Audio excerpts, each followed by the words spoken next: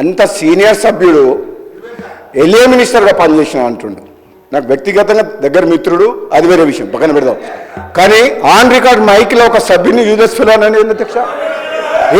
అంటే మీరు ఏంది అంటే మీరు ఈ అసెంబ్లీ తెలంగాణ ఇచ్చిన కాంగ్రెస్ పార్టీ ప్రజలు ఆశీర్వదించి మీ ప్రభుత్వాన్ని చక్కగా ముఖ్యమంత్రిగా నాయకత్వంలో మా డిప్యూటీ సీఎం నాయకుడు మంచి పనులు చేస్తుంటే మీకు జీర్ణించుకోలేదు. ఏం మాట్లాడాలి? అరే ప్రజలు వింటున్నారు అధ్యక్ష. తెలంగాణ ప్రజలు కొట్లాడిన తెలంగాణ రాష్ట్రం తెచ్చుకున్నది ఆత్మగౌరవం కోసం. అటువంటి ఆత్మగౌరవం కోసం ఆంధ్ర ప్రజలు, ఈ తెలంగాణ ప్రజలు తెలంగాణ రాష్ట్రం నడపలేరు ఉన్నారు.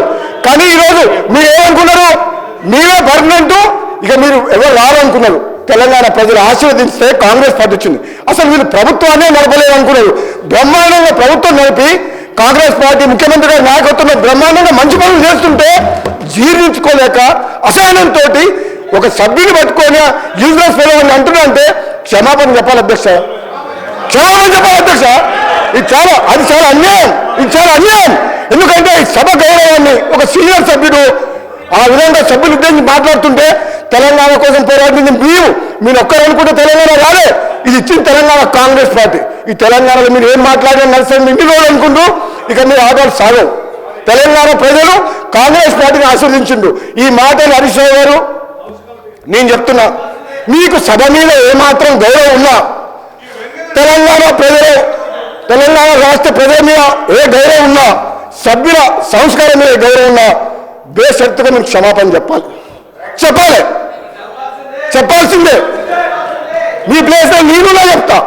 మీకేం కొమ్ము మీరేం కింద పడిపోరు, మీ కిరీటం ఏం పడిపోదు. కానీ ఆ మాట అనడం మాత్రం మీలాంటి వ్యక్తి. ఇంకెవరన్నా అంటే కొత్త సభ్యుడు అంటే మేము బాధపడేటోళ్ళం కాదు, పట్టుకున్నాడు. కానీ హరీష్ రావు గారు అంటే ఉద్యమకారుడు, మంచి పేరుంది, మీరందరం కూడా గౌరవిస్తాం. ఏం భాష అధ్యక్ష? తెలంగాణ సమాజం మొత్తం మన మీద ఎన్నో ఆశలు పెట్టుకొని ఈ తెలంగాణ రాష్ట్రం కోసం 1000 మంది యువకులు ఆత్మ బలిదానం చేసి ఈ సభ నడుస్తుంటే బ్రహ్మాండంగా వాళ్ళ సమస్యల కోసము మాట్లాడే ఒక మంచి పద్ధతిలో మాకు చెప్పాలి. కానీ మీకు ఎప్పుడు అధికార హోదాలే కావాలి, ప్రతిపక్షం వద్దు అంటే ప్రజలు ఇచ్చిన తీర్పును కూడా గౌరవించకుండా మంచిగా బ్రహ్మాండంగా పనిచేస్తుంటే ఇచ్చిన హామీలు కూడా అధ్యక్ష